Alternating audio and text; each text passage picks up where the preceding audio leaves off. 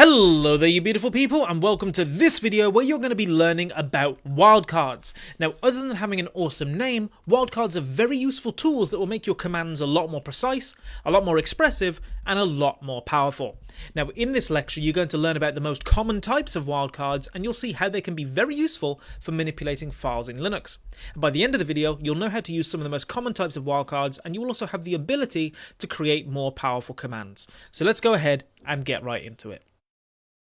Okay, so first let's take a look again at the ls command. Now the ls command will list the contents of every directory that we give it a valid path to. So for example, let's say we wanted to list the contents of our documents directory. We could do ls and then give it a path to our documents directory. Okay, so we'd use the slash and then maybe we'd throw in a bit of tab completion and get it to list out our documents. Or if we're already in our home folder, like we are now, as you can see, we could just say list out documents, and that'll do fine. But what if we wanted to have a look at what's inside our documents folder, our downloads folder, and our pictures folder at the same time? Well, let's clear the screen. The way we do that is we just say ls, then documents, bit of cheeky tab auto-completion, downloads, bit of cheeky tab auto-completion, and some pictures with a bit of cheeky tab auto-completion. And then if we go ahead and press enter now, you'll see that we can actually see the contents of each directory are listed. So far, so good. But you can see how manual of a process this was, right? We had to type out documents, then type out downloads, and then type out pictures, even with tab auto-completion, in order to pass them as command line arguments to the ls command. Now, wildcards are basically special symbols that the shell interprets to have a special meaning. The idea behind wildcards is to build up powerful patterns known as regular expressions, so that instead of typing out every command line argument manually, you can instead say something like, hey Linux, make this command act on anything that matches this pattern.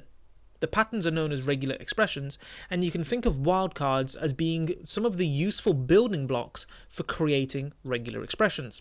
Now, using wildcards to build regular expressions gives you lots of flexibility and control over how your commands work, and can save you a whole bunch of typing.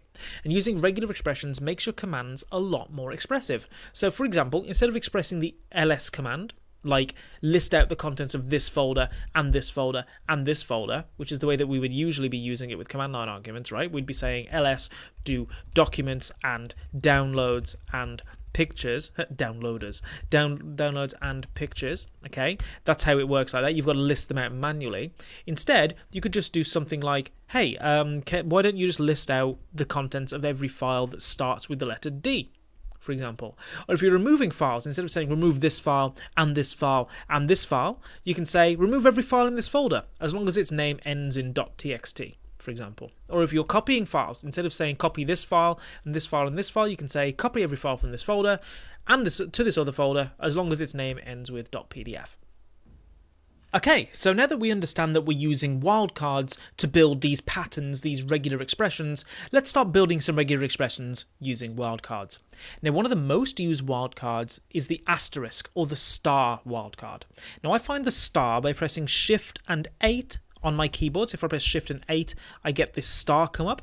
If you ever use Microsoft Excel or a software spreadsheet package, it's the symbol you use to do multiplication, but I find it using Shift and 8 on my keyboard. It might be different on yours, but it's that symbol we're looking for.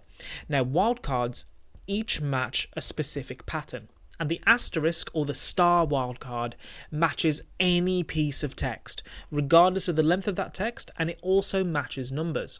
So let's say that we wanted to check the contents of every directory in the home folder. Let me clear the screen. If I clear the screen, instead of listing them all out, okay, because there's quite a few folders in here, right? Instead of saying, okay, ls desktop and documents and downloads and so on, all we have to do is just do ls star. Okay, so if I do that, you can see that it has just listed out all of the contents of the home folder, the desktop, documents, downloads, music, pictures, public, templates, and videos all in one go. So let me clear the screen. Okay. So how did that happen? The reason that happened is because the star matches anything. Okay, so what you need to think of is when you give a command a regular expression to work with, imagine it putting as command line arguments anything that matches that pattern. Okay, so because the star wildcard matches anything, it put everything as command line arguments to the ls command. Does that make sense? Let's take another example. Okay, so let's say I just wanted to list out the contents of the folders starting with D. So the desktop, downloads, and documents folders. Okay, what I could do is I could say, okay, let's do ls, then a capital D, and then a star. Now, the pattern is this bit. Okay, the pattern is the D, then the star. Okay, and the star is one of the building blocks, but so is the letter D. So what we're saying here is list out, then giving it as a command argument, anything that has a D, a capital D, and then followed by anything. So basically anything that starts with a capital D.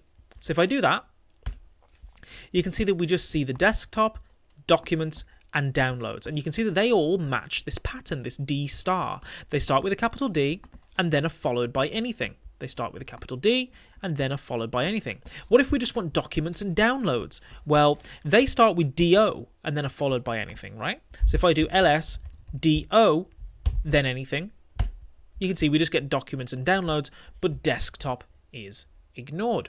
Now, something that is important to remember here is that these wildcards and these regular expressions are case sensitive. So if we did ls, D, and then a star, notice how the D is lowercase, you can see that we get nothing. Nothing comes back because nothing starts with a lowercase d. But if we do capital D, now that will work. Okay, so that's really awesome. Let me just clear the screen. You've seen a few ways that the star wildcard can be used to match any text, and you've seen some ways that it can be used to build regular expressions. Now, there are a few other common wildcards that you'll likely use when working with regular expressions and wildcards, and the first is the question mark wildcard. Now, the star wildcard will match anything regardless of length. So, for example, if I do something like star.txt, that could match anything as long as it ends in .txt. Okay, so if I do ls star.txt, you'll see that we only see things that end in .txt.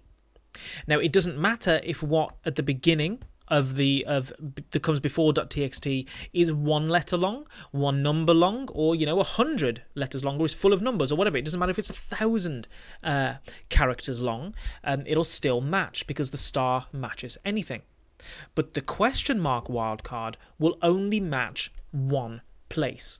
So if I do question mark.txt, okay, if I do ls now, nothing will actually show up, okay? Because the question mark, this says, basically what this says is, show anything that ends in .txt but only has one thing before it, okay? So this would match things like a.txt, or q.txt, or l.txt, or 1.txt, okay? You notice how they've all just got one place just before the .txt. Okay, the question mark is a way of saying it's like a placeholder for just that place, whereas the star, it doesn't matter how long it is. Okay, so the question mark wildcard allows you to maintain the generality of the star wildcard because it doesn't matter what it matches. It could match a number or it could match a letter, but it allows you to limit the length. Okay, the star doesn't put a limit on length. Whereas the question mark does, but it doesn't really matter what fills that place. Okay.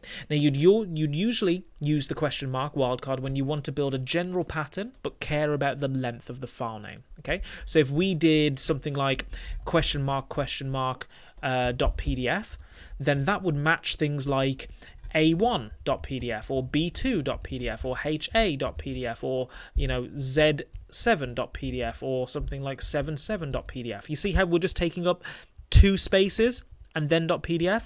That's what question mark .pdf would do. Okay, we're saying we're going to fill it with two things, two spaces. We're not sure what's going to go there, but there's got to be two spaces, two places, and then .pdf. Okay, so that's how that works. Okay, that's the question mark. Now, another type of wildcard is the square brackets, which are these ones here, these square brackets here. Okay. Now, the square brackets wildcard is similar to the question mark in that it will only match one place, but instead of matching anything like the question mark will, square brackets only allow the pattern to be, they allow it to be more specific and only match the letters or numbers if they belong to a given set of options. Probably a bit easier for me to show you than to explain. Okay, so let's say we had 6 files. We had file A.txt, we had file B.txt, we had file C.txt, and we had file 1.txt, file 2.txt, and file 3.txt.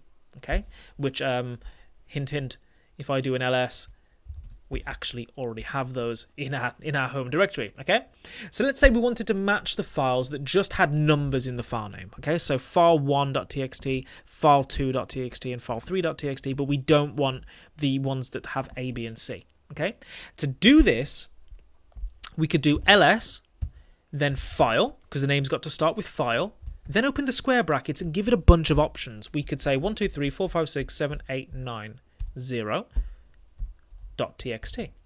Okay, so what's this?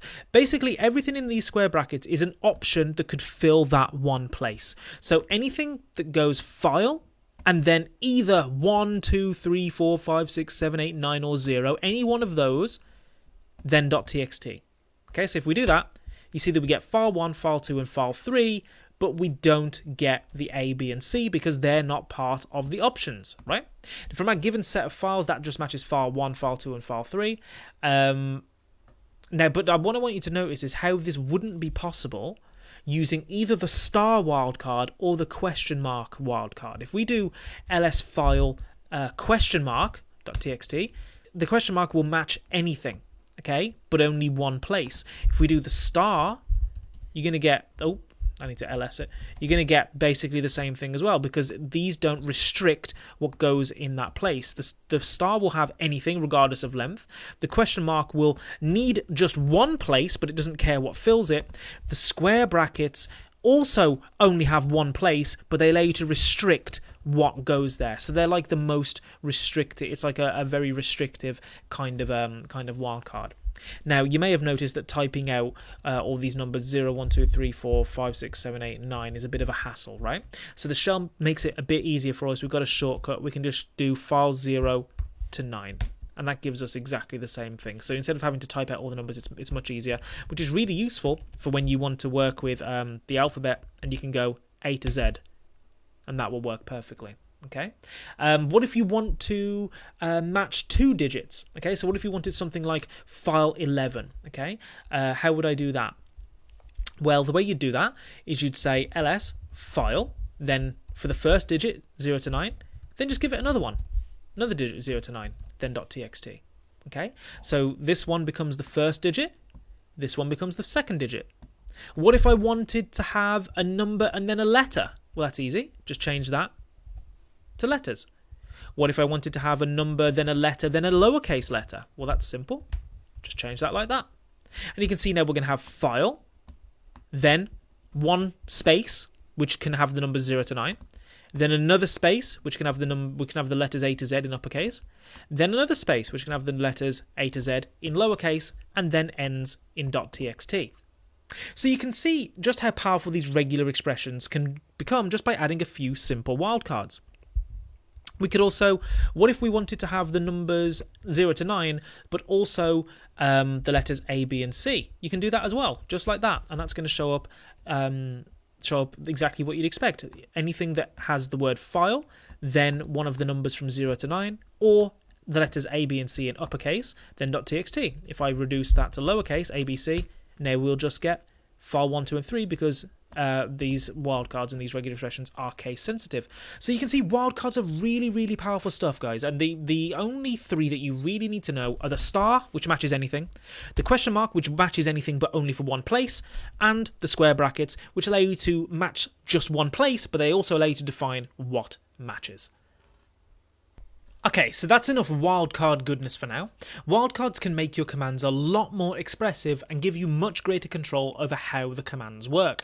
And using wildcards in this way to search for file names actually has a funny name, and it's called globbing. So if you ever hear the word globbing floating around, it just means using wildcards to look for file names, just like we've done in this video. So before closing out, let's take a quick recap of what we've learned. First, you learned about the concept of regular expressions, and regular expressions are basically patterns that a piece of text needs to match. Okay, and anything that matches that pattern will be passed as a command line argument to the command. Now the star wildcard matches anything, regardless of length. The question mark matches anything, but just for one place. And the square brackets match just one place, but allow you to specify options that, will actually be matched. So unlike the star and the question mark, which will match anything, the square brackets allows you to choose what will be matched. And of course, you can just type letters and numbers in that you want specifically to appear as well. So if I did capital D, then star, that means anything that starts with a D and then has anything afterwards. So you can type letters and numbers in there as well. You don't just have to only use the star, question mark, and square brackets. Okay, so with wildcards understood, you now have a very solid foundation for learning about the different ways to manipulate files in the file system. Now, each of the commands to create, delete, move, copy and paste files and so on is actually rather simple. And when you learn them, you might wonder what's the point of actually learning how to use them instead of just pointing and clicking. But by knowing how to use these commands along with wildcards, you'll be able to manipulate hundreds of files at once and with complete control, to the point that pointing and clicking will soon seem like a very slow and sluggish way of doing things, believe me.